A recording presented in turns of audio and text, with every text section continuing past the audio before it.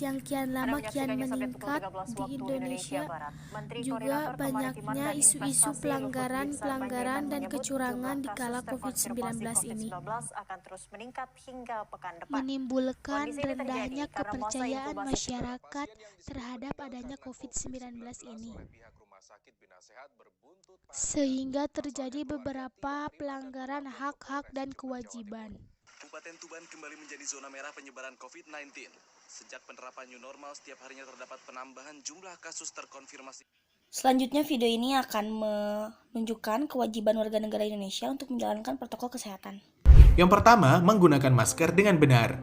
Meskipun sudah divaksin, kita tetap harus menggunakan masker secara benar.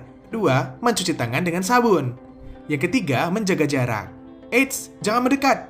Jaga jarak setidaknya 2 meter dengan orang lain. Yang keempat, menghindari keramaian. Nah, kalau menerapkan jaga jarak, otomatis harus menghindari keramaian. Yang kelima, menghindari makan bersama. Wah, ini nih. Kalau makan, pasti copot masker dong. Makan bersama, apalagi saling berhadapan dan bicara, berpotensi untuk terjadinya penularan virus corona. Yang keenam, mengurangi mobilitas. Kalau nggak penting-penting amat dan nggak darurat, mending di rumah aja selama bisa dilakukan dari rumah. Misalnya WFH atau sekolah online. Dengan di rumah saja, kamu sudah membantu mengurangi transmisi virus. Berikut video ini akan menunjukkan banyaknya masyarakat Indonesia yang kurang mematuhi protokol kesehatan. Dan banyaknya juga masyarakat yang tidak mau divaksin karena kurangnya mempercayai adanya COVID-19 Kabar ini. mengenai pemberian vaksin secara gratis Oleh menjadi karena angin itu, segar di tengah pandemi inilah COVID-19. bentuk contoh Namun pelanggaran demikian, masih banyak warga masyarakat Jawa Barat yang Indonesia. ragu melakukan vaksinasi COVID-19. Survei BPS Video ini sebelumnya akan menyebut menunjukkan 44,9 bahwa masyarakat warga Indonesia tak percaya ada yang COVID-19. masih belum percaya adanya COVID-19. Melawan petugas. Mirisnya, pria ini tidak percaya dengan adanya pandemi COVID-19. Kalian ini nyusahin, COVID itu nggak ada. Kata gua. Pria ini langsung melawan petugas saat dirinya terjaring razia protokol kesehatan di... Kami pun melakukan wawancara kepada sebagian masyarakat mengenai COVID-19. Bagaimana pendapat Bapak mengenai COVID-19 yang sedang booming? Ya, Bapak juga tahu dari medsos, dari TV, waktu dulu ya namanya pandemi, tahunya gitu aja. Lalu Bapak apakah mengetahui bahayanya COVID itu seperti apa? Sama itu juga tahu dari media sosial dan TV, memang sangat berbahaya, apalagi sekarang kan ada varian baru yang Delta itu penularannya lebih cepat daripada COVID-19 dan itu. Untuk selanjutnya, apakah Bapak mengetahui gejala COVID itu seperti apa? Dengar-dengar sih kebetulan mudah-mudahan jangan saya pribadi jangan kena ya. Jadi tahunya gejalanya kayak batuk, demam, flu itu seperti penyakit biasa. Cuman sekarang kan kalau ada penyakit bawaan sangat rentan kena COVID-19 gitu aja sih. Lalu kemauan Bapak sebagai masyarakat mengenai COVID ini seperti apa? Ya mudah-mudahan pemerintah dengan tegas seperti sekarang kan memang udah kelihatan tegas protokol kesehatan, tinggal bagaimana kita menyikapinya, masyarakat kita menurut atau tidak sama himbauan pemerintah. Nah, lalu banyak beredar kabar kan beberapa masyarakat itu tidak percaya terhadap adanya COVID. Nah, kira-kira menurut Bapak tanggapan Bapak terhadap hal itu seperti apa? Kalau menurut Bapak mah itu mah yang belum pernah merasakan aja, belum kena COVID, mau dibilangin dalik jangan sampai kena. Saya sendiri percaya, makanya sekarang kita pakai masker, protokol kesehatan, jaga jarak. Dan menurut Bapak hilangnya kepercayaan masyarakat itu awalnya itu karena apa? sehingga masyarakat itu ada yang tidak percaya gitu. Nah itu tuh karena apa? Ya itu mah belum merasakan aja menurut Bapak mah. Kalau keluarganya satu aja yang pernah ngalamin atau kena, baru masyarakat itu pasti percaya. Kalau gitu-gitu aja paling dianggapnya penyakit biasa. Nah lalu saat ini pemerintah kan mewajibkan vaksin untuk mencegah penularan COVID-19.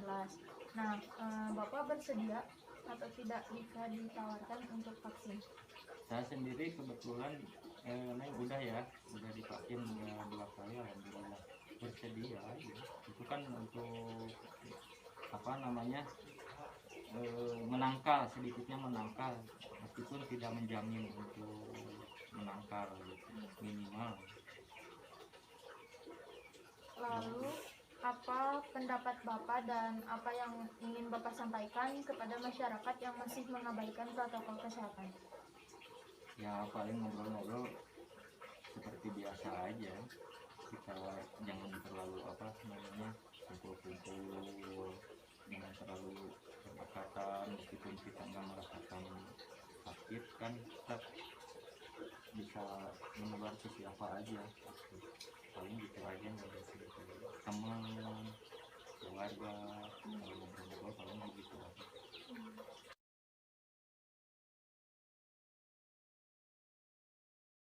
Baik, pertanyaan yang pertama, apa penyebab terjadinya peningkatan COVID pada saat ini? Bismillahirrahmanirrahim. Assalamualaikum warahmatullahi wabarakatuh. Saya Nia sebagai bidan bekerja di Puskesmas Batu Jajar. Saya ingin menjawab beberapa pertanyaan yang diajukan oleh adik-adik untuk melengkapi tugas-tugasnya. Kenapa terjadi peningkatan COVID pada saat ini? Menurut saya peningkatan COVID pada saat ini karena kurangnya masyarakat yang paham dan sadar terhadap protokol kesehatan. Jadi sudah ada protokol kesehatan tetapi tidak dilaksanakan. Masih ada yang tidak menggunakan masker, masih banyak orang yang berkerumun, lalu jarang cuci tangan, dan tidak menjaga jarak. Jadi sering berkumpul bahkan dengan keluarga dari masyarakat tersebut sendiri. Kan kita nggak tahu ya keluarga tersebut apakah dia sedang sakit atau tidak, atau dengan teman-teman, berkumpul dengan teman-teman kerja. Jadi sebaiknya protokol kesehatan itu harus dilaksanakan. Lalu yang kedua, menurut Ibu, kenapa sampai saat ini banyak masyarakat yang tidak percaya? Ya, mungkin ada juga masyarakat yang tidak percaya akan adanya virus COVID-19 ini ya. Kalau menurut saya, kenapa masyarakat tidak percaya? Seharusnya percaya karena sudah banyak buktinya. Kita juga sebagai tenaga kesehatan tidak hanya mendiagnosa pasien A itu COVID, tapi ada diagnosa tambahan seperti pengecekan swab antigen, swab antibody. Nah, itu kita laksanakan untuk menentukan diagnosanya. Selanjutnya, apakah Ibu setuju mengenai program pemerintah mengenai vaksin? Karena banyak masyarakat yang tidak mau melakukan vaksinasi. Iya, saya sangat setuju sekali mengenai diadakannya vaksin COVID-19. Kenapa? Karena itu adalah salah satu pelindung kita untuk terhindar dari virus COVID-19. Walaupun masih ada yang sudah divaksin tetapi kena, setidaknya saat kita terkena pun tidak akan terlalu parah sakitnya. Tips saya untuk terhindar atau untuk melawan pandemi ini adalah selalu gunakan protokol kesehatan, memakai masker, menjaga jarak, sering cuci tangan, makan makanan yang bergizi, vitamin. Itu saja sih. Itu yang walaupun menurut kita gampang, tapi ada sebagian orang yang masih sulit melaksanakannya sih. kayak tidak memakai masker gitu ya. Padahal itu sangat mudah dan itu adalah perlindungan pertama kita. Saat kita tidak memakai masker, banyak virus yang sampai ke mulut kita, ke hidung kita, terus bisa sampai ke mata kita. Nah, itu adalah penyebaran virus COVID-19. Harapannya semoga pandemi ini cepat berlalu, timbulnya kesadaran masyarakat yang besar dalam menggunakan protokol kesehatan dan segera melakukan vaksinasi COVID-19. Ya, cara kami sebagai petugas kesehatan selalu memberikan promosi kesehatan atau info-info tentang kesehatan tersebut agar masyarakat mau dilakukan vaksin, karena dilakukannya vaksin adalah untuk melindungi diri sendiri, keluarga, orang terdekat, teman, dan orang-orang di sekitar kita. Itu saja, terima kasih.